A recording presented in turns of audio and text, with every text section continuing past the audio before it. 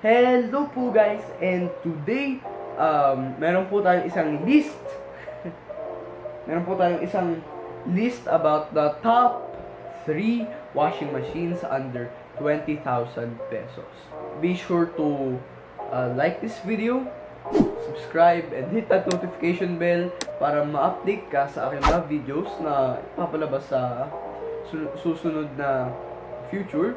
And also, share it with your friends.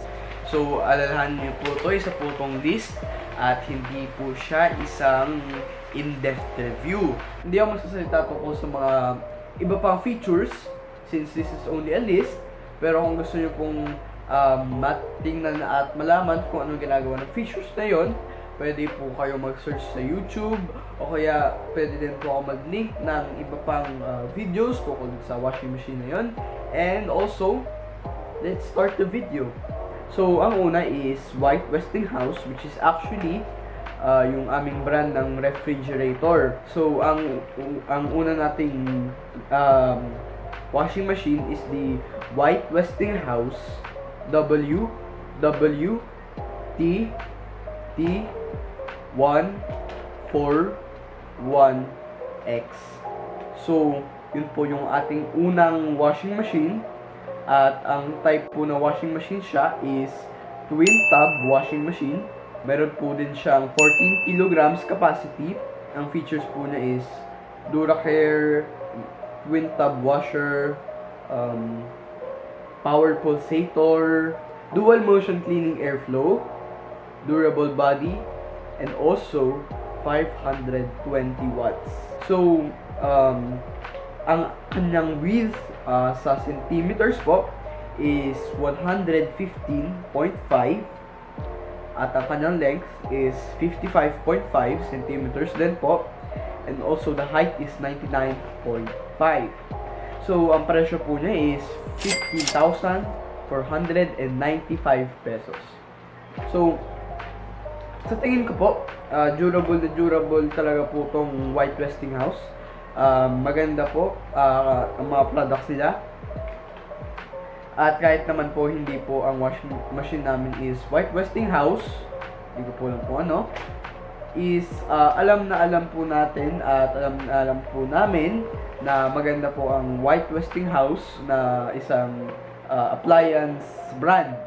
And also, this is only 15,495 pesos, which kaya mo namang meron ka pa namang change kapag binili mo is 20,000 pesos at mailalagay mo yung iba pang pera sa iba pang mga bagay-bagay.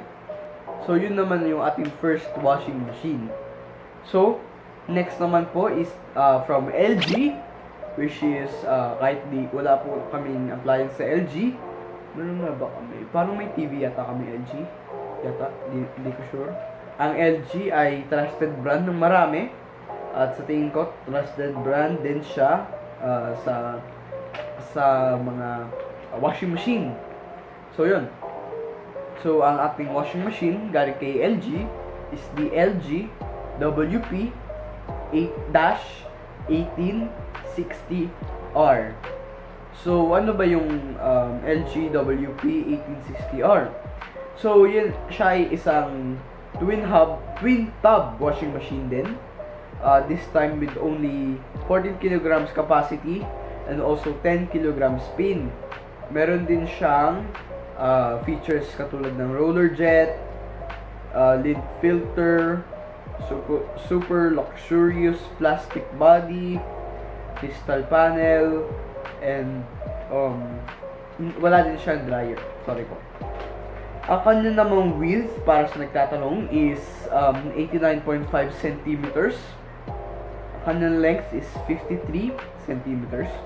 At ang kanyang height is 102.2 centimeters. And actually, naka-sale siya sa Abenson. Hindi ko alam ang price ng kanyang sale. Ipapanayin ko lang sa screen kung anong price na sa sale ngayon. Halsat po dito is sale. So, yun. Pero ang kanyang MSRP or SRP is only 17,997 pesos. Yun lang po ang sa LG. And then, we move on to the Samsung. Ano ba tong sa Samsung na to, di ba? So, ang kanyang model number is the Samsung WA80J5712SW/TC, which only has 8 kilograms capacity. It is a top-load washing machine. It has active dual wash, fully automatic din siya. Also, the features are wobble technology, active dual wash, built-in sink, water jet, rubbing board, magic dispenser, and also magic filter, diamond drum, smart check, maganda yun sa mga Samsung products, child lock delay, okay, and also tempered glass window.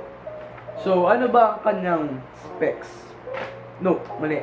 Ano ba ang kanyang size? Width, length, height? So, ang kanyang width, lahat po dito is centimeters, 61 centimeters.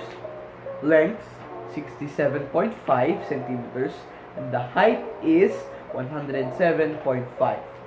So, basically, ang pinakamatangkad dito sa ating list is the Samsung with whopping 107.5 centimeters. Ang susunod naman is yung LG, which has 102.2 centimeters. And next naman is yung White Westinghouse, which has 99.5 centimeters. Ang price po, no dryer din po pala yung sa Samsung. Not po dito yung walang dryer. Ang price po niya is 19,995. I think it is currently sale for only 18,995. I'm not sure.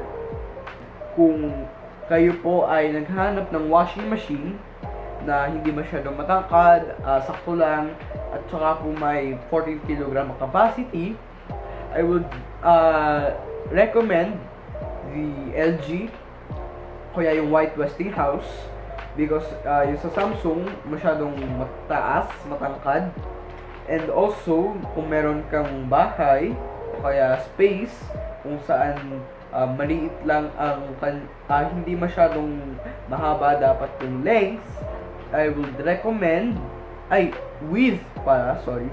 I would recommend the Samsung o kaya yung LG. Dahil kasi ang White Westinghouse, siya ay merong 115.5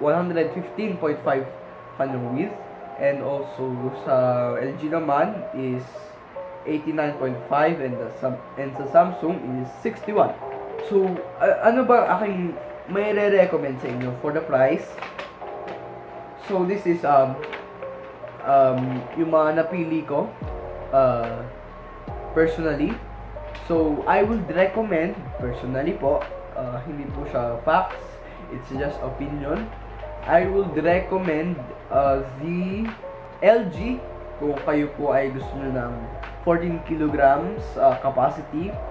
So, ang LG, yun po ang mare-recommend ko kapag po yung gusto nyo ay ang kanyang features is parang sa Samsung, pero ang kanyang price is parang sa White Westinghouse. So, if ako tatanungin nyo about sa budget, ang aking pipiliin po is the White Westinghouse. Hindi na siya merong 14 kilograms capacity, 520 watts, and also only the price of 16,000 rounded off to the nearest. Oh wait, hindi pala ito mararound. Mission failed.